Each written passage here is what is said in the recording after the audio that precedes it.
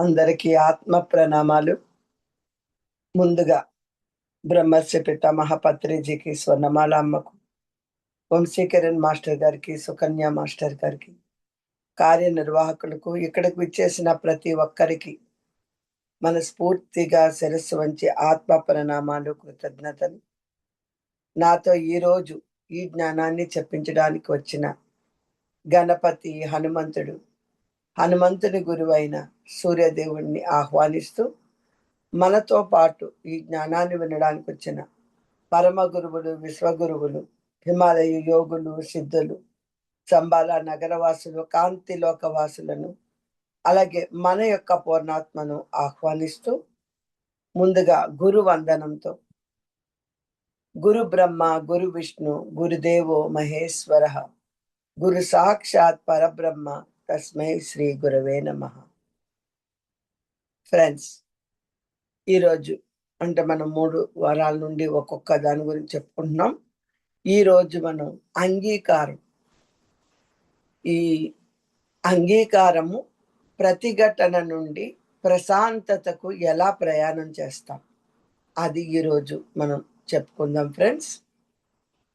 అంటే దీనికి ఇంకా చెప్పాలంటే, జరిగిన దాన్ని వ్యతిరేకించడం నుండి దానిని జ్ఞానంతో స్వీకరించే ప్రయాణం. ఎలా అంటే, ఇప్పుడు ఏదైతే జరిగిందో దాన్ని వ్యతిరేకించడం కన్నా దాన్ని ఎలాగ మన జ్ఞానంతో స్వీకరించడమో, దాన్ని ఎలా అనేది చెప్పుకుందాం ఫ్రెండ్స్.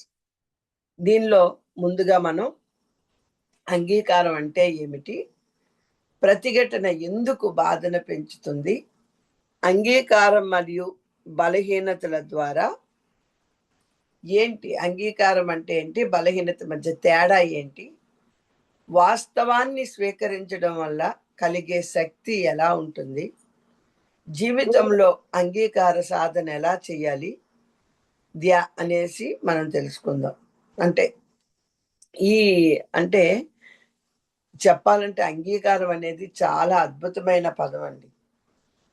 అంటే ఇక్కడ బాధ వెనుక దాగి ఉన్న ప్రతిఘటన ఏంటి, అసలు ఏంటి, మనం ఆధ్యాత్మికంగా చెప్పుకుంటే మనకి ఏంటి బాధ ఉంది, ఆ బాధ వల్ల దాగి ఉన్న ప్రతిఘటన ఏంటి అనేసి అనుకుంటే, మనం ఒక ప్రశ్న వేసుకోవాలి. ఏంటి ప్రారంభ ప్రశ్న అంటే, ఈరోజు మనం మనసుకు ఒక ప్రశ్న ద్వారా అడుగుదాం. ఏంటది, నా జీవితంలో నిజంగా నా జీవితంలో నిజంగా నన్ను బాధ పెడుతున్నది సంఘటన, లేక ఆ సంఘటనను నేను అంగీకరించలేకపోవడమా? ఈ ఒక్క ప్రశ్నకు నిజాయితీగా సమాధానం మనం చెప్పగలిగితే, అంగీకారం అనే సాధనలో సగం ప్రయాణం పూర్తయినట్లే ఫ్రెండ్స్. ఏమడుకోవాలి మన మనసును అడగాలంటే, నా జీవితంలో నిజంగా నన్ను బాధపడుతున్నది ఏదైనా జరిగిన ఒక సంఘటన, లేదంటే ఆ సంఘటనను నేను అంగీకరించలేకపోవడమా? ఫ్రెండ్స్ చూడండి, ఈ ప్రశ్నలో ఎంత అర్థం దాగి ఉందో చూడండి. ఇది విన్న తర్వాత మనకి అర్థం. మన జీవితం ఎలా ఉంటుంది, జీవితంలో ప్రతిరోజు అనేక సంఘటనలు జరుగుతూ ఉంటాయి. కొన్ని మనకేమో నచ్చుతాయి, కొన్ని మనకు నచ్చవు, కొన్ని మన అంచనాలకు అనుగుణంగా ఉంటాయి, మరికొన్ని పూర్తిగా వ్యతిరేకంగా జరుగుతాయి. ఫ్రెండ్స్ చూడండి, ఎన్నో సంఘటనలు జరుగుతుంటాయి. కొన్ని మనకు నచ్చుతాయి, కొన్ని మనకు నచ్చవు. కొన్ని ఏమో తటస్థంగా ఉంటాయి, కొన్ని ఏమో వ్యతిరేకంగా ఉంటాయి, కొన్ని మనకు అనుకూలంగా ఉంటాయి. సంఘటనలు అనేవి దీన్ని బట్టి ఏమర్థమైంది, తటస్థము, నచ్చవచ్చు, నచ్చకపోవచ్చు, అవి మనకు అనుగుణంగా ఉండొచ్చు, మనకు వ్యతిరేకంగా ఉండొచ్చు. అంటే సంఘటనలు అనేవి తటస్థం. వాటికి స్వతహాగా మంచి లేదా చెడు అనే ముద్ర అస్సలు ఉండదు ఫ్రెండ్స్. ఈ ముద్రను మన మనసే వేస్తుంది అనమాట. అంటే ఎలా వేస్తుంది, ఉదాహరణకు వర్షం పడుతుంది, ఉద్యోగంలో మార్పు వస్తుంది, ఒక వ్యక్తి మనల్ని విమర్శిస్తాడు, ఒక ప్రణాళిక విఫలమవుతుంది. ఇవి కేవలం సంఘటనలు మాత్రమే ఫ్రెండ్స్. వర్షం పడుతుంది అనేది ఒక సంఘటన. ఒక ప్రణాళిక వేసాం మనం. అది విఫలమైంది. అదొక సంఘటన. హ్మ్. కొంతమంది వ్యక్తులు మనల్ని కావాలని విమర్శిస్తారు. అదొక సంఘటన. ఇవి కేవలం సంఘటనలు మాత్రం. కానీ వాటిని చూసి మన మనసు వెంటనే తీర్పిస్తుంది. ఏమని? ఇది జరగకూడదు. వర్షం పడుతుంటే అమ్మమ్మో! బట్టలు ఆరేసాము. ఇది జరగకూడదు అనుకుంటాం. ఇది చాలా అన్యాయం. కొన్నిసార్లు జరిగిన ప్రతి దానికి మనకు నచ్చలేదనుకోండి, ఇది చాలా అన్యాయం అంటాం. నా జీవితంలో ఇలాంటిది ఎందుకు జరుగుతుంది? అంటే ఎవరైనా ఒక వ్యక్తి మనల్ని విమర్శించారనుకో, ఎందుకు నా జీవితంలో ఇలా జరుగుతుంది? ఎప్పుడు ఇలా జరగలేదే అనేది మన మనసు. మళ్ళీ ఒక ప్రణాళిక ఏదైనా విఫలమైందనుకోండి, నేను దీన్ని ఎప్పటికీ అంగీకరించను అనుకోవడం. ఈ తీర్పులే అంటే మనకి మనమే తీర్పులు ఇచ్చేసుకుంటాం అనమాట. ఈ తీర్పులే బాధకు మూలం. ఫ్రెండ్స్, మరి ప్రతిఘటన అంటే ఏంటి? మనం జరిగిపోయిన వాస్తవాన్ని మనసు తిరస్కరించడం. మనల్ని ఎవరైనా ఒక మాట అన్నారనుకోండి, ఒక విమర్శ చేశారనుకో, మన మనస్సు దాన్ని అంగీకరించదు. మన మనసు దాన్ని తిరస్కరిస్తది. అలా తిరస్కరించడమే అంగీకారాన్ని మనం అంగీకరించకపోవడం అని అర్థం ఫ్రెండ్స్. జరిగిపోయిన వాస్తవాన్ని మన మనసు ఏం చేస్తది తెలుసా? ఎందుకిలా జరిగిందని తిరస్కరిస్తది. అంటే జరిగింది జరిగిపోయింది. కానీ మన మనసు మాత్రం అది ఇంకా జరగకూడదని కోరుకుంటుంది. చూడండి, ఆల్రెడీ జరగాల్సింది జరిగిపోయింది. మన మనసు ఏమనుకుంటుంది? ఇంకా జరగకూడదు అన్నట్టు కోరుకుంటుంది. ఇదే అంతర్గత ఘర్షణ.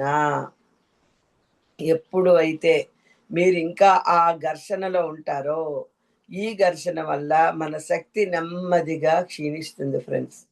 ఎప్పుడైతే మనం ఆ ఘర్షణలో ఇంకా ఉండాలనుకుంటామో, ఆ ఘర్షణ వల్ల మన శక్తి అంటే మనం ఇంకా ఆలోచిస్తాం అనమాట. ఆ వ్యక్తి మనల్ని విమర్శించాడే, మనల్ని ఇలా అన్నాడే, ఆహ్, హ్మ్, నేనలా నేనెప్పుడు ఇలాంటి విమర్శలకు ఇదవ్వలేదే. ఇలాంటి ఆలోచనలన్నీ మనం ఆలోచిస్తాం. ఆలోచించేటప్పుడు ఏమవుతుంది? మన యొక్క శక్తి నెమ్మదిగా క్షీణిస్తూ వెళ్తుంది. అదే మనం అంగీకరించి చూడండి. మరి ఈ బాధ అనేది ఎక్కడ పుడుతుంది? మనం బాధపడిపోతుంటాం కదా! ఫర్ ఎగ్జాంపుల్ ఒక సంఘటన జరుగుతుంది ఫ్రెండ్స్. ఆ సంఘటన కేవలం కొన్ని నిమిషాలు, కొన్ని గంటలే ఉంటది. ఫర్ ఎగ్జాంపుల్ ఎవరైనా నన్ను విమర్శించారు. అది కొన్ని నిమిషాలుంటది, లేతే కొన్ని గంటలు. కానీ ఆ విమర్శించింది మన ఎదురుగుండానే మనల్ని ఒక మాట అన్నారు. అయితే "నువ్వు పని చేయలేదు, లేతే నువ్వు సరిగ్గా చేయలేదు" ఏదో అన్నారనుకోండి. అదొక గంటో, నిమిషం ఉంటది. కానీ మనం ఆ సంఘటనని మనసులో వందల సార్లు గుర్తు చేసుకుంటాం. ఆ వ్యక్తి ఇలా అన్నాడే, ఆ వ్యక్తి ఇలా అన్నారే నన్ను, ఆ వ్యక్తి నన్ను విమర్శించారే, నన్నెప్పుడు నా జీవితంలో నేనెప్పుడు ఇలాగా ఎవరితో అనిపించుకోలేదే. అన్నీ అంటే 100 సార్లు గుర్తు చేసుకుంటాం. మళ్ళీ, మళ్ళీ, మళ్ళీ విశ్లేషిస్తుంటాం. వేరేలా జరిగుంటేది బాగుండేది కదా అని ఊహిస్తాం. వేరేలా అంటే బావుండేది. ఇదెందుకిలా జరిగింది? ఇతరులను నిందిస్తాం. హ్మ్. వాళ్ళలా అన్నారు. వాళ్ళ వల్ల ఇలా జరిగింది. ఇతరులని నిందిస్తాం. మనల్ని మనమే నిందించుకుంటాం. అనవసరంగా వాళ్ళతో మాట్లాడిపించుకున్నామే. ఇలా అంటే ఇలా ఒక చిన్న సంఘటనను మనసు సంవత్సరాల పాటు మోస్తదట. చూడండి, మనం ఒక గంట, కొన్ని నిమిషాలు జరిగే సంఘటని మనము అంగీకరించలేకపోవడం వలన, ఆ పరిస్థితిని అంగీకరించలేకపోవడం వలన మనము సంవత్సరాల పాటు సారీ. ఆ చిన్న సంఘటనని ఇంకా అలా గుర్తుంచుకుంటాం అనమాట. అది కొంతమందికైతే మరీ కొన్ని చిన్నప్పుడు విషయాలు కూడా గుర్తుంటాయి. మా నాన్నగారు ఇలా తిట్టారు, మా అమ్మ ఇలా తిట్టింది, అప్పుడు అలా జరిగుండాల్సింది కాదు. ఇలా ఆ చిన్నప్పుడు సంఘటన మనసు సంవత్సరాల పాటు దాన్ని క్యారీ చేస్తూ ఉంటాం ఫ్రెండ్స్. అప్పుడు నిజమైన బాధ సంఘటన వల్లొచ్చిందా? దాన్ని మనం మళ్ళీ మళ్ళీ జీవించడం వల్లొచ్చిందా? ఒక్కసారి క్వెషన్ చేసుకోండి. కాబట్టి మనసు యొక్క అలవాటేంటి? మనసుకు ఒక ప్రత్యేకమైన అలవాటుంటది ఫ్రెండ్స్.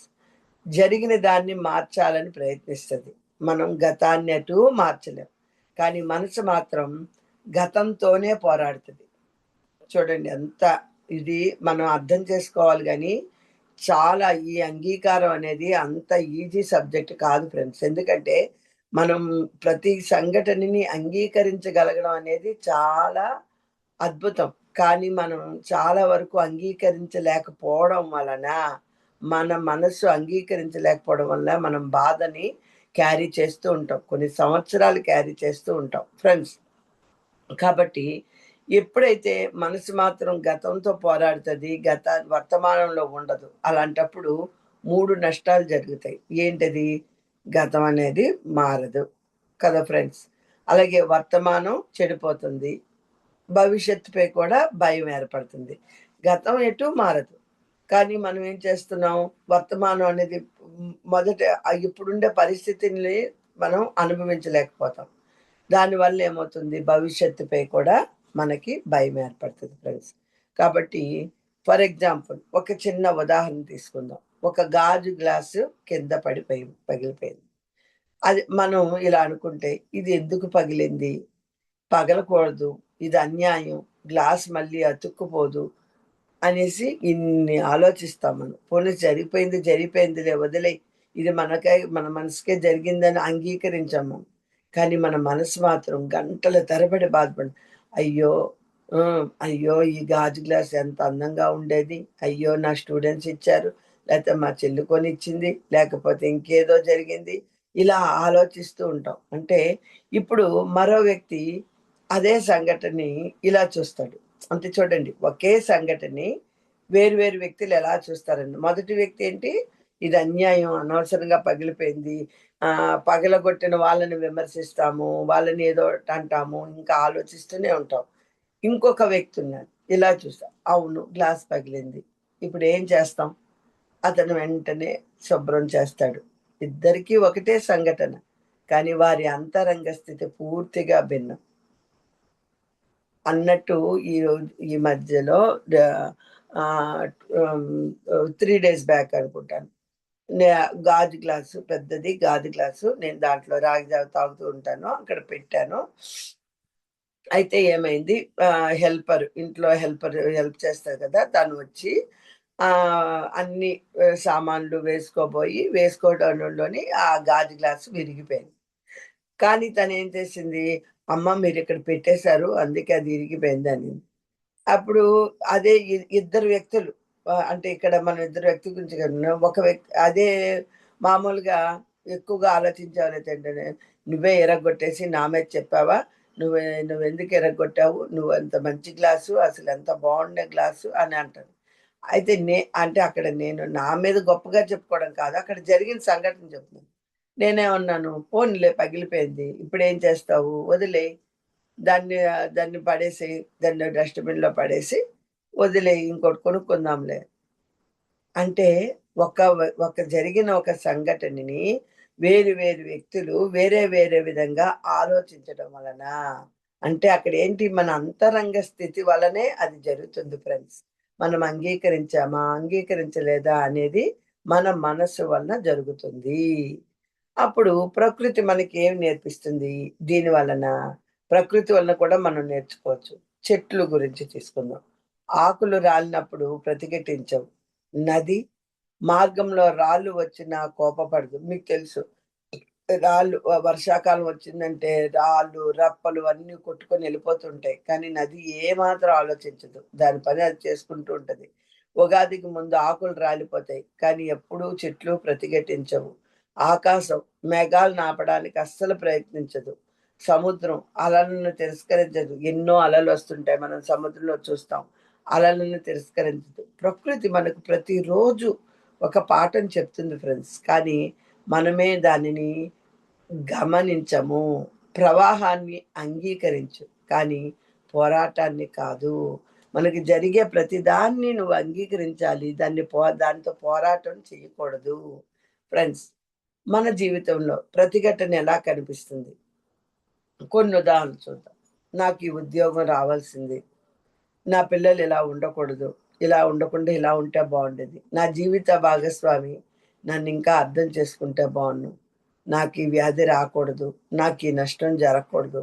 అంటే ఇక్కడ ఏంటి, కూడదు, కూడదు, కూడదు అనే ఒక సామాన్య పదం ఉందా లేదా? కామన్‌గా ఒక పదం కూడదు. ఈ కూడదు అనే పదమే ప్రతి ఘటనకు మూలం. ఫ్రెండ్స్, ఎవరైనా కూడదు, చెయ్యకూడదు, ఉండకూడదు, లేదు అన్నప్పుడే ఆ ప్రతిఘటనకి మూలం ఫ్రెండ్స్. కాబట్టి ఈ కూడదనే పదాన్ని మనం ముందుగా తీసేయాలి. ఎప్పుడైతే తీసేస్తామో మనకి అంగీకార స్థితిలోకి ఎళ్ళగలుగుతాం.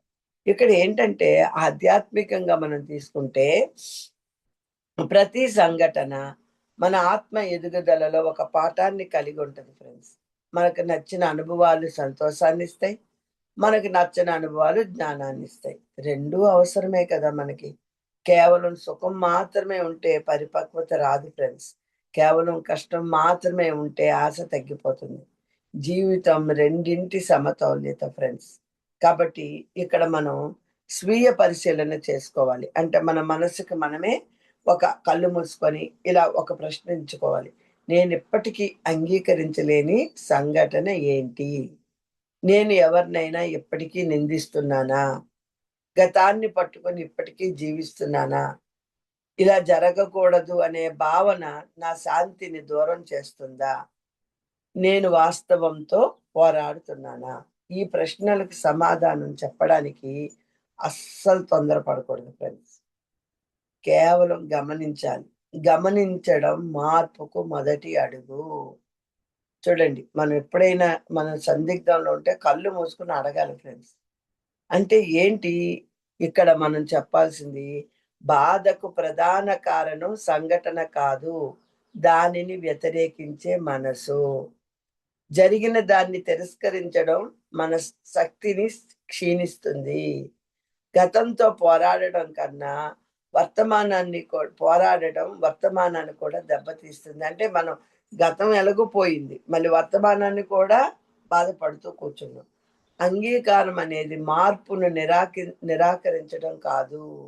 వాస్తవాన్ని స్పష్టంగా చూడడం, గమనించడం అంగీకారానికి మొదటి మెట్టు ఫ్రెండ్స్. కాబట్టి ఎప్పుడు కూడా మనం అసలు అంగీకారం అంటే ఏంటి? ఇందా నుండి అంగీకారం, అంగీకారం అంటున్నాం కదా! ఈరోజు మనం మళ్ళీ ఇంకో ప్రశ్నేసుకుందాం. ఈ అంగీకారం అంటే ఏంటనే దానికి. చాలా కి అంగీకారం అంటే దాని గురించి కొన్ని అపోహలుంటాయి. అంగీకరిస్తే నేను ఓడిపోయానేమో!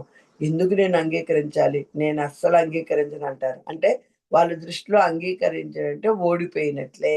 కాబట్టి మనం ఇలా ప్రశ్న వేసుకోవాలి. అంగీకరిస్తే నేను ఓడిపోయినట్లే అనేది ఒక అపోహ. అంగీకరిస్తే నేను బలహీనని. నేను బలహీనన్ని అయిపోతాను. అంగీకరిస్తే అన్యాయాన్ని సమర్థించినట్లే. అంగీకరిస్తే ఇక మార్పు ఉండదు. ఇవన్నీ అపోహలు మాత్రమే ఫ్రెండ్స్. నిజమైన అంగీకారం అనేది ఆధ్యాత్మిక పరిపక్వత. మనము ఇప్పుడు ఆధ్యాత్మికంలో ఉన్నాం. మనం ధ్యానం చేస్తున్నాం. మరి ఈ అంగీకారం అనేది ఆధ్యాత్మిక పరిపక్వత ఫ్రెండ్స్. అంగీకారం యొక్క అసలు అర్థం ఏంటి తెలుసా? ఈ క్షణంలో ఉన్న వాస్తవాన్ని అది ఎలా ఉందో అలా స్పష్టంగా చూడడం. ఈ క్షణంలో ఉన్న వాస్తవాన్ని అది ఎలాగైతే ఉందో దాన్ని అలాగే స్పష్టంగా చూడడాన్ని అంగీకారం అంటాం. దానిని ఇష్టపడాల్సిన అవసరం లేదు. దానిని సమర్థించాల్సిన అవసరము లేదు. దానిని ప్రేమించాల్సిన అవసరం కూడా లేదు ఫ్రెండ్స్. కానీ దానితో యుద్ధం మాత్రం చేయకూడదు ఫ్రెండ్స్. అదే అంగీకారం. నీకిష్టం లేదా? వదిలేయి. సమర్థించకూడదనుకున్నావా? వదిలేయి. ప్రేమించాలనుకున్నావా? వదిలేయి. కానీ దానితో యుద్ధం మాత్రం చెయ్యకు. అదే అంగీకారం. అంగీకారం అంటే వదిలేయడమా? కాదు. ఉదాహరణకు మీకు మనకి ఒక జ్వరం వచ్చిందనుకోండి. అది అది ముందుగా నిజాన్ని అంగీకరించాలి. ఆ తరువాత డాక్టర్ దగ్గరికి అమ్మ నాకు జ్వరం వచ్చింది. కొంతమంది అంటారు జ్వరం వచ్చినా కూడా నాకే జ్వరం రాలేదు. నాకేం బాలేదు. నేను చాలా బాగున్నా. అంటే మనం ఆధ్యాత్మికంగా పాజిటివ్ వైబ్రేషన్‌లు ఉండాలి కాబట్టి మనం అనుకుంటాం నాకేం లేదు. నేను ఐయామ్ పర్ఫెక్ట్ అనేది. కానీ మన మనసుని అంగీకరించాలి. అవును ఇదొచ్చింది. కాబట్టి మనం డాక్టర్ దగ్గరికెళ్ళాలి. లేదంటే మనం మందులు తీసుకోవాలి. లేదంటే విశ్రాంతి తీసుకోవాలి. ఇది అంగీకారం. కానీ మనం ఏం చేస్తాము? నాకు జ్వరం రాలేదు అని చెప్పుకుంటూ చికిత్స చేయించుకోకుండా ఉండడం అజ్ఞానం ఫ్రెండ్స్. అందుకే అంగీకారం అనేది మార్పుకు మొదటి మెట్టు. కానీ కొన్నిసార్లు మన మనసు వాస్తవాన్ని అంగీకరించదు ఫ్రెండ్స్. మనసు ఏం చెప్తుంది తెలుసా? మళ్ళీ ఇలా జరగకూడదు, ఇలా ఉండకూడదు, ఇలా ప్రవర్తించకూడదు, నా జీవితం ఇలా ఉండకూడదు. ఇలాంటి ఆలోచనలతో మన మనస్సు ఆలోచిస్తూనే ఉంటాం. ఈ కూడదనే ఆలోచనలు వాస్తవాన్ని ఏం చేస్తాయి? తిరస్కరిస్తాయి. మీరు ఎప్పుడైతే కూడదు అనే పదం వాడారో గమనించుకోండి ఈ రోజు నుండి. మీరేమైనా ఎన్నిసార్లు ఈ కూడదు అనే పదాన్ని వాడుతున్నారు? ఎప్పుడైతే ఈ కూడదనే పదాన్ని వాడుతున్నారో మీరు వాస్తవాన్ని తిరస్కరిస్తున్నారు అని ఫ్రెండ్స్. ఎప్పుడైతే తిరస్కరణ ఉంటుందో అక్కడ శాంతి ఉండదు ఫ్రెండ్స్. కాబట్టి ఎప్పుడు కూడా ఈ అంగీకారం అనేది 3 స్థాయిల్లో ఉంటుంది. ఒకటి, పరిస్థితిని అంగీకరించడం. మొదటి మెట్టు ఏంటి? ఇది ప్రస్తుతం నా జీవితంలో జరుగుతుంది అంతే. దానికి ఎక్కువగా కథలు జోడించాల్సిన అవసరం కూడా లేదు ఫ్రెండ్స్. ఫర్ ఎగ్జాంపుల్, ప్రస్తుతం నాకు ఉద్యోగ సమస్య ఉంది. ప్రస్తుతం నాకు ఆరోగ్యం బాలేదు. ప్రస్తుతం నా కుటుంబంలో విభేదాలున్నాయి. ఇవి వాస్తవాలు. వాస్తవాన్ని అంగీకరించిన తర్వాతే మనకి పరిష్కారం ప్రారంభమవుతుంది ఫ్రెండ్స్. కాబట్టి ముందు దాన్ని అంగీకరించండి. దాన్ని తర్వాతే వాటికి పరిష్కారం అనేది ప్రారంభమవుతుంది. అది మనం అర్థం చేసుకోవాలి. మనం ఎప్పుడు వరకైతే వాస్తవాన్ని అంగీకరించమో మనకి పరిష్కారం దొరకదు ఫ్రెండ్స్. కాబట్టి అంగీకారంలో మొదటి మెట్టు ఏంటంటే వాస్తవాన్ని అంగీకరించడం ఫ్రెండ్స్. అలాగే భావోద్వేగాలను అంగీకరించడం. మనం ఎక్కువగా భావాలను ఏం చేస్తాం తెలుసా? అణచివేసేస్తాం. మనకి ఏదైనా ఒక బాధ వచ్చిందండి, ఏడవకూడదు, మనకు కోపం రాకూడదు, భయం ఉండకూడదు. కానీ ఆ భావాలను నిరాకరించడం వల్ల ఏమవుతుంది తెలుసా? మనసులో అవన్నీ కూడుకుపోతాయి ఫ్రెండ్స్. ఒక గడ్డలాగా ఒక కూడుకుపోతూ ఉంటాయి. ధ్యానంలో మనం మొదట చేయాల్సింది ఏంటి? మనం ధ్యానం దేనికి చేస్తున్నాం? భావాన్ని మార్చడం కాదు, భావాన్ని గమనించడం. ఉదాహరణకు, ప్రస్తుతం నాకు కోపం ఉంది, ప్రస్తుతం నాకు భయం ఉంది, ప్రస్తుతం నాకు బాధ ఉంది అని నిజాయితీగా అవును, నాకు చాలా భయం ఉంది, అవును నిజంగానే నాకు చాలా ఎందుకో తెలీదు, చాలా బాధేస్తుంది అంటే నిజాయితీగా అంగీకరించడం వలన అక్కడ నుంచే మనకి చికిత్స ప్రారంభం అవుతుంది ఫ్రెండ్స్. ఎప్పుడైతే నువ్వు నిజాయితీగా అంగీకరిస్తావో, అవును నా వల్ల ఇలా జరిగింది, నాకు ఇలా బాధ ఉందని ఎప్పుడైతే అంగీకరిస్తావో అక్కడ నుంచే నీకు స్వస్థత అనేది ప్రారంభమవుతుంది ఫ్రెండ్స్. తనను అది ఇంకా రెండో మెట్టు అది. మూడోది ఏంటి? తనని తాను అంగీకరించడం. మనల్ని మనం అంగీకరించడం. చాలా మంది ఏంటంటే తనని తాను అంగీకరించుకోరు. ఎలా అంటే, నేను సరిపోను, నేను అందంగా లేను, నేను తెలివైన కాదు, నేను చాలా తప్పులు చేశాను. ఈ స్వీయ నిరాకరణ జీవితమంతా బాధను కలిగిస్తుంది. అవును, నా వల్ల ఇలా జరిగింది కాదు. తనను తను ప్రేమతో అంగీకరించుకోవాలి. అనుకోవాలి, అవును అయింది, జరిగింది. అవును, నేను అందంగా లేను, ఇప్పుడేంటి, పర్వాలేదు. ఇలా ప్రతి దానిని కూడా మనం అంగీకరించుకున్నప్పుడు, మనల్ని మనం అంగీకరించుకున్నప్పుడు ఇతరులను కూడా మనం అంగీకరించగలుగుతాం ఫ్రెండ్స్. అందుకే అంగీకారం మరియు సమర్పణ అనేది ఆధ్యాత్మికంగా, అంగీకారం అంటే నేను నా శక్తి మేరకు ప్రయత్నిస్తాను, మిగిలిన దాన్ని దైవ చిత్తానికే సమర్పిస్తాను. ఫ్రెండ్స్, ఇది నిస్సహాయత కాదు, ఇది విశ్వాసం. అంటే మనం విశ్వాసంతో చెప్తున్నాం, నాకేం నేను ఓకే, వాళ్ళు తిట్టారు కదా, ఇక నుండి అలా తిట్టకుండా నా శక్తి మేరకు నేను ట్రై చేస్తాను. మిగిలిన దాన్ని నా యూనివర్స్‌కే వదిలేస్తాను. లేదంటే నా మనసుకు వదిలేస్తాను. నేను ప్రశాంతంగా ఉంటాను అనుకున్నప్పుడు, ఆ విశ్వాసం ఎప్పుడైతే మనకు కలిగి ఉంటుందో ఆటోమేటిక్‌గా మనకి చికిత్స స్టార్ట్ అయిపోయింది ఫ్రెండ్స్. అంగీకార స్థితిలోకి మనం వెళ్తున్నాము అని అర్థం ఫ్రెండ్స్. ఈ అంగీకారంలో ప్రకృతి మనకేమి నేర్పిస్తుంది? సూర్యుడు ఎవ్వరిని విమర్శించడు. తన పని తను చేసుకుంటూ వెళ్ళిపోతాడు. అందరికీ వెలిగిస్తాడు. మరి భూమి ఎవ్వరిని తిరస్కరించదు. విత్తనం ఏదైనా సరే దానిని పెంచుతుంది. అవునా కదా? ఆకాశం మేఘాలను అంగీకరిస్తుంది. మేఘాలు పోయాక కూడా ప్రశాంతంగా ఉంటుంది. మన హృదయం కూడా అలాగే ఉండాలి ఫ్రెండ్స్. ప్రకృతి మనకి ఎంత నేర్పిస్తుంది? సూర్యుడు, చంద్రుడు, భూమి, ఆకాశం వీళ్ళందరూ వారి యొక్క పని మరి చేసుకుంటున్నప్పుడు మనం మన హృదయం కూడా అలాగే ఉండగలిగితే మన అంతరాత్మ ప్రశాంతంగా ఉంటుంది ఫ్రెండ్స్. ఎప్పుడైతే ఈ అంగీకారం వల్ల కలిగే మార్పు ఏంటి తెలుసా? మనం ఎప్పుడైతే అంగీకరిస్తామో మన ఆలోచనలు మారిపోతాయి. ఎందుకు నాకనే ప్రశ్న, దీని ద్వారా నేనేమి నేర్చుకోవాలి అనే ప్రశ్నగా మారిపోతుంది. మనం ఏమో ప్రశ్నించుకోవాలి. ఓకే. దీనివల్ల నేనేదో నేర్చుకోవాల్సిందుంది. ఈ వ్యక్తి నాకేదో ఈ వ్యక్తి వల్ల నేను ఒక లెసన్ ఒక పాఠం నేర్చుకుంటున్నట్టున్నాను. కాబట్టి ఇది నేను అంగీకరిస్తున్నాను. నేను శరణాగతిలో ఉన్నాను అని అనుకోగలిగితే, ఈ ఒక్క మార్పే మన యొక్క ఆధ్యాత్మిక ఎదుగుదలకు ఆరంభమవుతుంది ఫ్రెండ్స్. అద్భుతం కదా! ఎప్పుడైతే వచ్చాయో మనకు ఆలోచనలు, ఓకే రాని దీనివల్ల మనం ఏదో నేర్చుకోవాల్సిందుంది. ముందు ప్రశ్న అనుకోవాలి ఫ్రెండ్స్ మనం. అందుకే భగవద్గీత కూడా ఏం చెప్తుంది?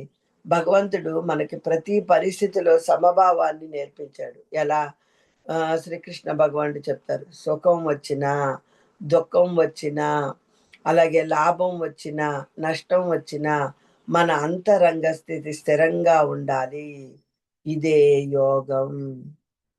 ఫ్రెండ్స్, ఇక్కడ మనం ఒకటి ఆలోచించుకోవాలి జీవితంగా. నేను ఇప్పటికీ అంగీకరించలేని విషయం ఏంటి? నేను ఎవరిని మార్చడానికి ఎక్కువ శక్తిని ఖర్చు చేస్తున్నాను. నన్ను నేను పూర్తిగా అంగీకరించానా? నా భావాలను దాచుకుంటున్నానా? వాస్తవాన్ని చూడకుండా ఊహల్లో జీవిస్తున్నానా? ఇలా మనం జీవిత పరిశీలన చేసుకోవాలి ఫ్రెండ్స్. అది ఎప్పుడైతే మనం చేసుకోగలుగుతామో, మనకు అన్ని అద్భుతమైన స్థితి మారిపోద్ది ఫ్రెండ్స్. కాబట్టి ఈ అంగీకారం అంటే ఏమిటి ద్వారా మనం ఏం నేర్చుకున్నాము? అంగీకారం ఓటమి కాదు. అది ఒక స్పష్టత. అంగీకారం మార్పును ఆపదు. మార్పుకు సరైన పునాది వేస్తుంది. భావాలను అంగీకరించడం స్వస్థతకు మొదటి అడుగు. ఫ్రెండ్స్, తనను తాను అంగీకరించిన వ్యక్తి ప్రపంచాన్ని కూడా అంగీకరించలేడు. వాస్తవాన్ని అంగీకరించినప్పుడు మన శక్తి పోరాటంలో కాకుండా పరిష్కారంలో ప్రవహిస్తుంది. ఇలా మనం ఎప్పుడైతే అనుకుంటామో మనకు అంగీకారం అనేది, అందుకే ప్రతిఘటన ఎప్పుడు, ఆ ప్రతిఘటన ఎందుకు బాధను మనకు పెంచుతుందంటే, జరిగిన సంఘటన మనకు బాధ పెడుతుందా? లేక దాన్ని అంగీకరించలేని నా మనసు బాధపడుతుందా అని మీరు ఒక క్వెషన్ వేసుకోగలిగితే, చాలా సందర్భాల్లో బాధకు కారణం సంఘటన కానే కాదు ఫ్రెండ్స్. ఆ సంఘటనకు మనం ఇచ్చే ప్రతిఘటన. ఫ్రెండ్స్, అది మనం అర్థం చేసుకోగలగాలి. అసలు ప్రతిఘటన అంటే ఏంటండి? వాస్తవం ఒక దిశలో ఉంటే, మనసు పరో దిశలో లాగడం. మనకు తెలుసు. జీవితం మనకేం చెప్తుంది? ఇది జరిగింది అని. కానీ మనసేం చెప్తుంది? అమ్మో! ఇది జరిగింది పని ఇలా జరగకూడదు. ఆ కూడదు మళ్ళీ వస్తుంది. ఈ రెండిటి మధ్య జరిగే అంతర్గత సంఘర్షణే బాధ. కాబట్టి ఫ్రెండ్స్, వాస్తవము మరియు ప్రతిఘటన ఈక్వల్ టు బాధ. వాస్తవము మరియు అంగీకారం ఈక్వల్ టు ప్రశాంతత. జరిగిన వాస్తవాన్ని ఎప్పుడైతే మనం ప్రతిఘటిస్తామో, మనం దానిలోనే మునిగి తేలుతూ ఉంటాం ఫ్రెండ్స్. జరిగిన వాస్తవాన్ని మనం ఎప్పుడైతే అంగీకరిస్తామో ప్రశాంతంగా ఉంటాము. దానిని అక్కడితో వదిలేస్తాం ఫ్రెండ్స్. కాబట్టి కానీ మరి మనసెందుకు ఎప్పుడు ప్రతిఘటిస్తుందంటే, మనసుకి 3 ప్రధాన అలవాట్లుంటాయి. ఒకటి, నియంత్రించాలని కోరుకుంటది. ప్రతి విషయానికి నన్ను గౌరవించాలి. నా ప్రణాళికలే నెరవేరాలి. నా జీవితంలో సమస్యలు ఉండకూడదు. అంటే తనని నియంత్రించాలని కోరుకుంటది. కానీ జీవితం తన స్వంత ప్రవాహంలో సాగిపోతుంది కదా ఫ్రెండ్స్. ఇంకోటి రెండోది ఏం చేస్తది తెలుసా? మనసు అంచనాలను పట్టుకుంటది. అంటే ఆయన ఇలా మాట్లాడతారని అనుకోలేదు. నా పిల్లలు ఇలా చేస్తారని అనుకోలేదు. నాకు ఈ ఉద్యోగం ఖచ్చితంగా వస్తుందనుకున్నాను. అంటే అంచనాలు పెంచేసుకోవడం అన్నమాట. తర్వాత మూడోదేంటంటే అహంకారం. అహంకారం ఏమంటుంది? నేనే సరైన వాడిని. నా మాటే జరగాలి. నా అభిప్రాయమే నిజం. నేను చెప్పింది కరెక్ట్. వాళ్ళు చెప్పింది నేనెందుకు వినాలి? అందుకే అహంకారం అనేది అంగీకరించదు. కానీ జ్ఞానం మాత్రం ఏం చెప్తుంది? జీవితం నా అభిప్రాయ ప్రకారం కాకుండా దైవ సంకల్పం ప్రకారమే జరుగుతుంది. అంటే అర్థం ఏంటి ఫ్రెండ్స్? అంటే మనం అక్కడ అంగీకరించాం. ఇది ఏది నా చేతిలో లేదు. ఇది దైవ సంకల్పంగా జరుగుతుంది. జరిగేది జరగని అన్నట్టు మనం వదిలేస్తే ప్రశాంతంగా ఉంటాం. అంటే ఏంటి చేసాం అక్కడ మనం? వాస్తవాన్ని అంగీకరించాము. ప్రతిఘటన మన శరీరంపై చూపే ప్రభావం ఏంటో తెలుసా ఫ్రెండ్స్? మనం ఎప్పుడైతే అలా జరుగుతాయో, ఎప్పుడైతే ప్రతిఘటన ఎక్కువైపోతుందో అంగీకరించకుండా భుజాలు బిగిసిపోతాయి. మెడలో ఒత్తిడి పెరుగుతుంది. శ్వాస వేగంగా మారుతుంది. మనం నెమ్మదిగా తీయాలి కదా! అది వేగంగా వెళ్ళిపోతుంది. ఒత్తిడి ఎక్కువైపోతుంది. భుజాలన్నీ కూడా బాధ ఎక్కువ పెయిన్ వచ్చేస్తాయి. గుండె వేగంగా చాలా మందికి చూడండి గుండె వేగంగా కొట్టుకుంటుందంటారు. ఇవన్నీ ఏంటి? నిద్ర తగ్గిపోతుంది. నిద్రపోలేం. అందుకే ఈ మానసిక ప్రతిఘటన క్రమంగా ఏమైపోతుంది? శారీరక అలసటగా మారిపోతుంది ఫ్రెండ్స్. అంటే ఎప్పుడు మనము పరిస్థితిని, వాస్తవాన్ని అంగీకరించలేనప్పుడు. ఎప్పుడైతే వాస్తవాన్ని అంగీకరించలేమో ప్రతిఘటన వల్ల ఈ భావోద్వేగాలు పెరిగిపోతూ ఉంటాయి. ఏంటి పెరిగిపోతే మనం అంగీకరించలేదు కదా ఆ పరిస్థితికి. కోపం పెరిగిపోతుంది, భయం పెరిగిపోతుంది, అసహనం పెరిగిపోతుంది, నిరాశ పెరిగిపోతుంది, అసూయ పెరిగిపోతుంది. కోపం వచ్చేస్తది. ఇంకా మనం ఆ పరిస్థితిని తట్టుకోలేం కదా! కోపం వచ్చేస్తది. భయం పెరిగిపోద్ది. ఇవన్నీ అసూయలు, కోపాలు, నిరాశలు. ఎందుకంటే మన శక్తి మొత్తం పోరాటంలో ఖర్చయిపోతది. ఎప్పుడైతే ఆ పోరాటించి, ప్రతిఘటించి అంగీకరించకుండా ఎప్పుడైతే ఉన్నామో, మన శక్తి మొత్తం దానిలో పోయి కోపం పెరిగిపోతుంది మనకి. మనకి భయం వచ్చేస్తుంది, అసహనం వచ్చేస్తుంది, నిరాశ, అసూయ అన్నీ పెరిగిపోతాయి ఫ్రెండ్స్. కాబట్టి మనం ఏంటంటే ఇక్కడ ప్రతి సంఘటన మన జీవితంలో ఒక గురువు అనుకోవాలి. మనకిప్పుడు ఒక సంఘటన జరిగింది అంటే, ఓహ్! మనకిదేదో నేర్పించడానికి వచ్చింది అనేది మనం తెలుసుకోవాలి.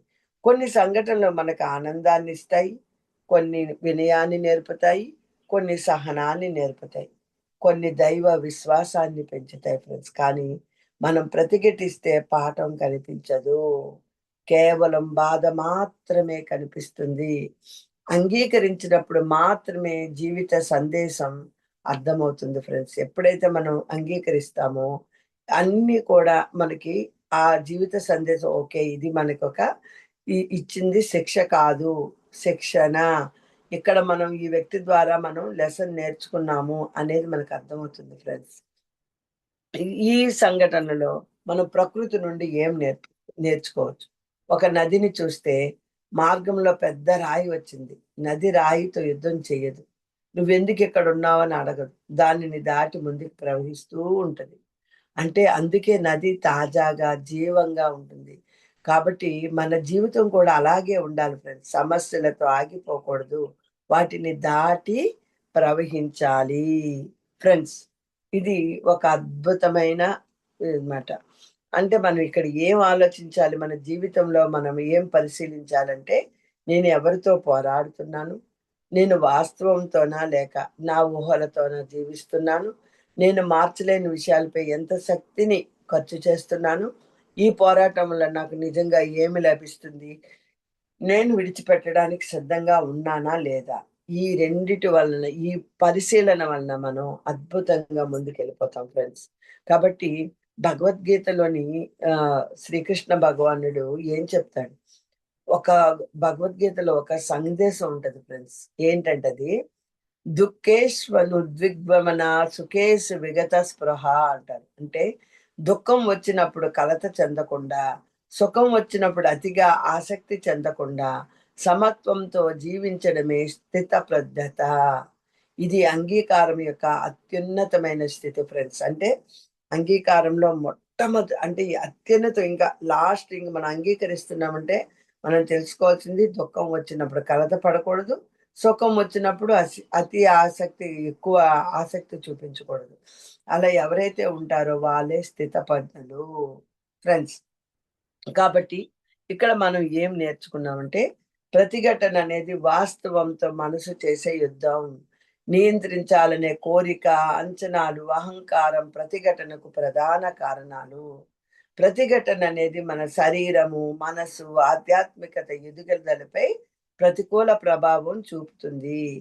జీవితంతో పోరాడితే అలసట వస్తుంది. జీవిత ప్రవాహంతో కలిసి నడిస్తే శాంతి వస్తుంది అనేది మనం తెలుసుకోవాలి ఫ్రెండ్స్. అంగీకారం ద్వారా మన యొక్క శక్తి పోరాటం నుండి పరిష్కారం వైపు వెళ్తుంది. ఎప్పుడైతే మనం పోరాటం ఆపేసామో మనము పరిష్కారం వైపు వెళ్ళగలుగుతాం ఫ్రెండ్స్. కాబట్టి అంగీకారం అనేది బలహీనత కాదు, అది ఒక అంతర్గత బలము అని మనము తెలుసుకోగలవాలి ఫ్రెండ్స్. అంగీకరిస్తే నేను ఓడిపోయినట్లే అనేది మనం ముందు వదిలేయాలి. అంగీకరిస్తే అన్యాయాన్ని, అంగీకరిస్తే నా వ్యక్తిత్వానికి విలువ ఉండదు, ఇలాంటి మాటలు మనం మాట్లాడకూడదు ఫ్రెండ్స్. ఎందుకంటే బాహ్య ప్రపంచాన్ని జయించడం కంటే తన మనసును జయించడం చాలా గొప్ప విజయం అనేది మనం తెలుసుకోవాలి ఫ్రెండ్స్. కాబట్టి అంగీకారం మనకి ఎందుకు ధైర్యం ఇస్తుందంటే వాస్తవాన్ని ఉన్నది ఉన్నట్లు చూసే ధైర్యం. కొందరు కోపంతో స్పందిస్తారు, కొందరు ఇతరులను నిందిస్తారు. కానీ పరిపక్వమైన వ్యక్తి, ఆధ్యాత్మికంగా అర్థం చేసుకునే వ్యక్తి ఏమంటాడు? అవును, ఇది ప్రస్తుతం నా జీవితంలో జరుగుతుంది, ఇప్పుడు నేను ప్రశాంతంగా సరైన నిర్ణయం తీసుకుంటాను అనుకోవాలి. అదే ధైర్యం. ఎస్, ఇది ప్రస్తుతం నా జీవితంలో జరుగుతుంది, ఇప్పుడు నేను ప్రశాంతంగా ఉండి నిర్ణయం తీసుకుంటా అంటే ఎప్పుడైతే మన మనసుకు ధైర్యం ఇస్తామో అన్నీ పోతాయి ఫ్రెండ్స్. కాబట్టి ఇక్కడ మనం ఒకటి అర్థం చేసుకోవాలి. అంగీకారం మరియు లొంగిపోవడంలో మధ్య తేడా ఉంది. చాలా మంది ఏమనుకుంటారు, అంగీకారం అంటే లొంగిపోవడం అంటారు. కాదు ఫ్రెండ్స్, అంగీకారానికి లొంగిపోవడానికి తేడా ఉంది. లొంగిపోవడం అంటే ఏంటి? నేనేమి చేయలేను, నా జీవితం అయిపోయింది, ఇక ప్రయత్నం అవసరం లేదు, ఇది నిరాశ. అంగీకారం అంటే ఏంటి? జరిగింది జరిగింది, ఇప్పుడు నా చేతిలో ఉన్న ఉత్తమమైన పని ఏంటి, నేను ఇంకా ముందుకు ఎలా వెళ్ళాలి, ఇది జ్ఞానం. ఫర్ ఎగ్జాంపుల్, ఒక రైతు పొలంలో వర్షం ఎక్కువగా పడింది ఫ్రెండ్స్. అతను 2 విధాలుగా స్పందించొచ్చు. మొదటిదేంటి? రోజంతా కూర్చొని బాధపడతాడు, వర్షం ఎందుకొచ్చింది, దేవుడు నాకెందుకు ఇచ్చాడు. రెండవ రైతు ఏం చేస్తాడు? వాస్తవాన్ని అంగీకరిస్తాడు. తర్వాత ఏం చేస్తాడు? నీరు బయటికి వెళ్ళే మార్గాన్ని ఏర్పాటు చేస్తాడు. పంటని రక్షించడానికి ప్రయత్నిస్తాడు. పంటని రక్షించడానికి ప్రయత్నించకుండా కూర్చొని దేవుడు నాకే ఎందుకు చేశాడు, నాకే ఎందుకు చేశాడంటే ఇద్దరిది ఒకటే పరిస్థితి, కానీ ఇద్దరు వేరు వేరుగా ఆలోచిస్తున్నారు. ఒకడు అంగీకరించలేదు, పరిస్థితిని పడుకొని బాధపడుతున్నాడు. ఇంకొక రైతు అంగీకరించాడు కాబట్టి అక్కడ ఇద్దరికి ఒకటే పరిస్థితి, కానీ ప్రతిఘటనలో జీవించారు. మరొకరు అంగీకారంతో చర్య తీసుకున్నారు. అంటే ఇక్కడ మనకేమర్థం అవుతుంది ఫ్రెండ్స్? మనము ప్రతిఘటనలో ఉన్నంత వరకు, మనం అంగీకరించినంత వరకు ఆ వాస్తవానికి మనకి ప్రశ్నకి సమాధానం దొరకదు. మనం అంగీకరించినప్పుడు మనకి సమాధానం, పరిష్కారం జరుగుతుంది. ఫర్ ఎగ్జాంపుల్, మన ప్రకృతి ద్వారా కూడా దీని ద్వారా ఏం నేర్చుకోవచ్చు. ఒక వెదురు చెట్టుని తీసుకోండి. తుఫాను వచ్చినప్పుడు అది విరిగిపోదు, కానీ గాలికి అనుగుణంగా వంగుతుంది. తుఫాను ముగిసిన తర్వాత మళ్ళీ విటారుగా వచ్చేస్తుంది. అంటే అర్థం ఏంటి ఫ్రెండ్స్? అంటే ఆ సమయంలో చాలా గట్టిగా ఉన్న చెట్లు కూడా విరిగిపోతాయి. ఎందుకు? అవి వంగడానికి సిద్ధంగా ఉండవు. ఎందుకు సిద్ధంగా ఉండవు? అహంకారం. మేము పెద్ద చెట్లు, మాకేం లేదు అంటే. కానీ వెదురు మొక్క ఏం చేస్తదో తెలుసా? ఆ టైంలో వచ్చినప్పుడు మనం వంగుతామని కొంచెం బెండ్ అవుతది. ఎప్పుడైతే మనం బెండ్ అవుతామో జీవితంలో కూడా అలాగే వంగగలిగిన వాళ్ళు విరిగిపోరు. వెదురు చెట్టులాగా అంగీకరించగలిగిన వాళ్ళు నిలబడగలుగుతారు ఫ్రెండ్స్. అందుకే అహంకారానికి జ్ఞానానికి తేడా ఉంటుంది. అహంకారం ఏం చెప్తుంది? నేను తప్పు చేయలేదు అంటుంది. జ్ఞానం ఏం చెప్తుంది? ఓకే, నేను తప్పు చేశాను, ఈ అనుభవం కూడా నాకు ఒక గురువు, నేను కూడా నేర్చుకుంటున్నాను, మార్పు నా ఎదుగుదలకు అవసరమేమో అనేది చెప్తుంది ఫ్రెండ్స్. కాబట్టి ఇక్కడ అహంకారం అనేది ప్రతిఘటనను పెంచుతుంది, జ్ఞానం అనేది అంగీకారాన్ని పెంచుతుంది. కాబట్టి భగవద్గీతలో అంగీకారం గురించి ఒక పదం చెప్పారు ఫ్రెండ్స్. భగవద్గీత మనకు ఒక గొప్ప బోధ ఇస్తుంది ఎప్పుడు కూడా. యోగస్థ కురు కర్మ అని అన్నారు. అంటే ముందుగా మనస్సును స్థిరపరచుకో, ఆ తర్వాతే చర్య తీసుకో. నువ్వు మనసును ముందు స్థిరపరచు అని.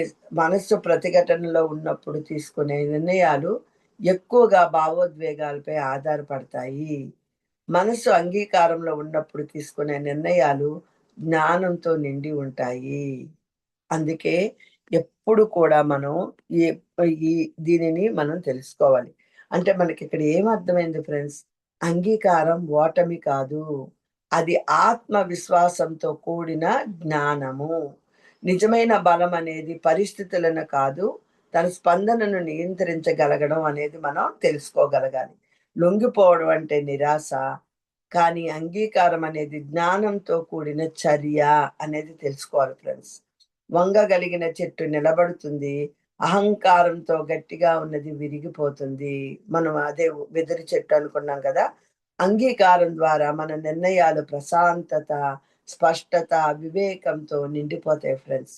కాబట్టి మనం ఎప్పుడు అంగీకారంతో ఉండి వాస్తవాన్ని స్వీకరించగలగాలి. ఎప్పుడైతే మనం వాస్తవాన్ని స్వీకరించగలుగుతామో, మన శక్తిని, మన సమయాన్ని, మన ప్రశాంతతని ఎప్పుడైతే అంగీకరించలేకపోతామో వృధా చేసేసుకుంటాం. కాబట్టి అంగీకారం అంటే మనము పరిష్కారం వైపు చూడడం, సృజనాత్మక వైపు చూడడం, అలాగే ఆధ్యాత్మిక ఎదుగుదల వైపు చూడడం. అప్పుడే మనం అంగీకారంలో ఎప్పుడైతే మనం అంగీకారం చేయగలుగుతామో, మన మనసులో వచ్చే మార్పులేంటో తెలుసా? ప్రశాంతత, స్పష్టత. ఫ్రెండ్స్, ఎప్పుడైతే మనం ప్రశాంతంగా ఉండగలుగుతామో, స్పష్టతగా అంటే మన సమస్య ఓకే. ఈ ప్రశాంతత మనకి స్పష్టతకు జన్మనిస్తుందని మనం తెలుసుకోవడం. మూడోది సహనం. ప్రతి మార్పు కూడా మనకి సమయానికి జరుగుతుంది. మనం ఆలోచిద్దాము, ఆగుదాం అనుకున్న సహనం.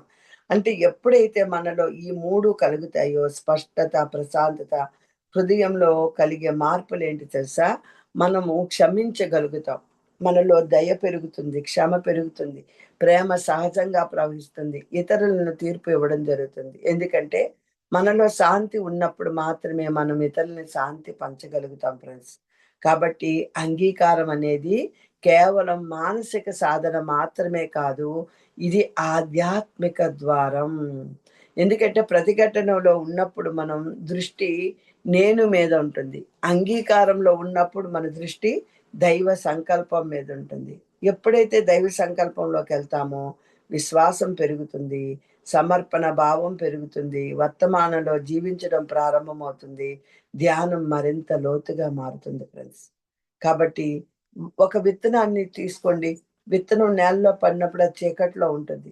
అది ఎలా అనదు, నేను చీకటిలో ఎందుకున్నాను అని అనదు. కానీ అది చీకటిని అంగీకరిస్తుంది. ఎప్పుడైతే అంగీకరించిందో కొంతకాలం తర్వాత మొలకెత్తుతుంది, అందమైన వృక్షంగా మారుతుంది. ఫ్రెండ్స్, మన జీవితంలోని కష్టకాలం కూడా అలాంటిదే. అది ముగింపు కాదు, కొత్త ఎదుగుదలకు ప్రారంభము అని తెలుసుకోవాలి ఫ్రెండ్స్. అందుకే ఈ విషయంలో భగవద్గీత ఒక సందేశాన్ని ఇస్తుంది. ఏంటంటే సమత్వం యోగ ఉచ్యతే. అంటే సుఖంలోను, దుఃఖంలోను సమభావంతో ఉండగల స్థితిని యోగం అంటారు. సమత్వం అంగీకారం ద్వారా వస్తుంది. అంగీకారం ప్రశాంతతనిస్తుంది. ప్రశాంతత జ్ఞానాన్నిస్తుంది. జ్ఞానం విముక్తినిస్తుంది. కాబట్టి మనం జీవితంలో ఈరోజు నేను ఒక విషయాన్ని ప్రశాంతంగా అంగీకరించగలను, నేను దైవ సంకల్పంపై నిజంగా విశ్వాసంతో ఉన్నానా లేదా అనేది ఒక పరిశీలన చేసుకోవాలి ఫ్రెండ్స్. కాబట్టి ఇలా ఎప్పుడైతే మనం చేసుకోగలుగుతామో అంగీకార ధ్యానం అంగీకారం నుండి మనం ఒక ప్రతిఘటనల నుండి ఒక ప్రశాంతతకు రాగలుగుతాం ఫ్రెండ్స్. వీలైతే మనం ధ్యానంలో కూర్చొని చక్కగా మనం దాని గురించి ఆలోచించుకుంటూ ఇది మనసుతో కాదు, భావాలతో కాదు, గతాలతో కాదు అనుకుంటూ, అంటే ఆ వరం మనకు ఒక అంగీకారం అనే ఒక వరాన్ని ఇవ్వాలి అని మనసులో చెప్పుకుంటూ, ఈ క్షణం నుండి నా అంతరంగంలో శాంతిని ఆహ్వానిస్తున్నాను అని మీరు అనుకున్నారంటే, చక్కగా శరీరానికి విశ్రాంతి ఇచ్చి ఒక్కొక్క పదం నుండి మనం వెళ్ళామంటే అద్భుతంగా, అంటే మనం ధ్యానం ద్వారా అంటే ఏదైతే మనం నేర్చుకున్నామో కనీసం కొంతసేపు ఆ స్థితిని అనుభవిస్తూ ధ్యానం చేశామంటే చక్కగా మనం ఆ ప్రతి దానిని అంగీకరించగలిగే స్టేజ్ మనకొస్తుంది ఫ్రెండ్స్. మన హృదయం తేలికైపోతుంది, భారాన్ని దించే వాళ్ళం అవుతాం. కాబట్టి ఇవన్నీ అద్భుతాలు ఫ్రెండ్స్. కాబట్టి మనం ఈరోజు ఏం నేర్చుకుంటున్నామంటే దీనికి ముగింపుగా జరిగిన దాన్ని ఇలా ప్రార్థిద్దాం ఫ్రెండ్స్. ఓ పరమాత్మ, జరిగిన దానిని అంగీకరించే శాంతిని మార్చగలిగిన దానిని మార్చే ధైర్యాన్ని, రెండింటి మధ్య తేడాను తెలుసుకునే వివేకాన్ని ప్రసాదించు. నా హృదయం ఎల్లప్పుడూ ప్రేమ, సమత్వము, అంగీకారము, కృతజ్ఞతతో నిండి ఉండేలా అనుగ్రహించు. నా జీవితంలోని ప్రతి అనుభవాన్ని ప్రసాదంగా స్వీకరించే వినయాన్ని ప్రసాదించు. లోక సమస్త సుఖినో భవంతు. ఓం శాంతి శాంతి అని కోరుకోండి ఫ్రెండ్స్. ఎప్పుడైతే అలా చేశామో అద్భుతంగా మనం ముందుకెళ్తాం ఫ్రెండ్స్. చివరిగా ముగింపుగా, అంగీకారం అంటే జీవితానికి లొంగిపోవడం కాదు, జీవితంతో సామరస్యంగా జీవించడం. ప్రతిఘటన మన శక్తిని హరిస్తుంది, అంగీకారం మన ఆత్మశక్తిని మేల్కొలుపుతుంది. మనసు ఇలా జరగకూడదనే పోరాటాన్ని విడిచిన క్షణమే హృదయం ఇది కూడా నా ప్రయాణంలో భాగమే అనే జ్ఞానంలో వికసిస్తుంది ఫ్రెండ్స్. అంగీకారం అనేది ముగింపు కాదు, అది అంతరంగ శాంతి, ఆత్మజ్ఞానము, దైవ విశ్వాసం వైపు ప్రారంభమయ్యే పవిత్రమైన ప్రయాణం అని మనకు అర్థమవుతుంది ఫ్రెండ్స్. కాబట్టి అలాగే మనం అంగీకరించి, మనకు జరిగిన వాస్తవాలను, సంఘటనను అంగీకరించి అద్భుతమైన జీవితాల్లో ప్రయాణం చేయాలని మనస్ఫూర్తిగా కోరుకుంటూ, ఓం శాంతి శాంతి శాంతి. ఫ్రెండ్స్, ఇది ఈరోజు మనం చెప్పుకున్న అంగీకారము అనేది. ఆ ఈ అవకాశాన్ని నాకు ఇచ్చిన సద్గురు మూమెంట్ ఛానల్కి, కార్యనిర్వాహకులకు, ఇక్కడ విన్న ప్రతి ఒక్కరికి మనస్ఫూర్తిగా కృతజ్ఞతలు చెప్తూ ఈ వాస్తవాన్ని మనం అంగీకరించాలని కోరుకుంటూ, thank you thank you thank you thank you masters, thank you.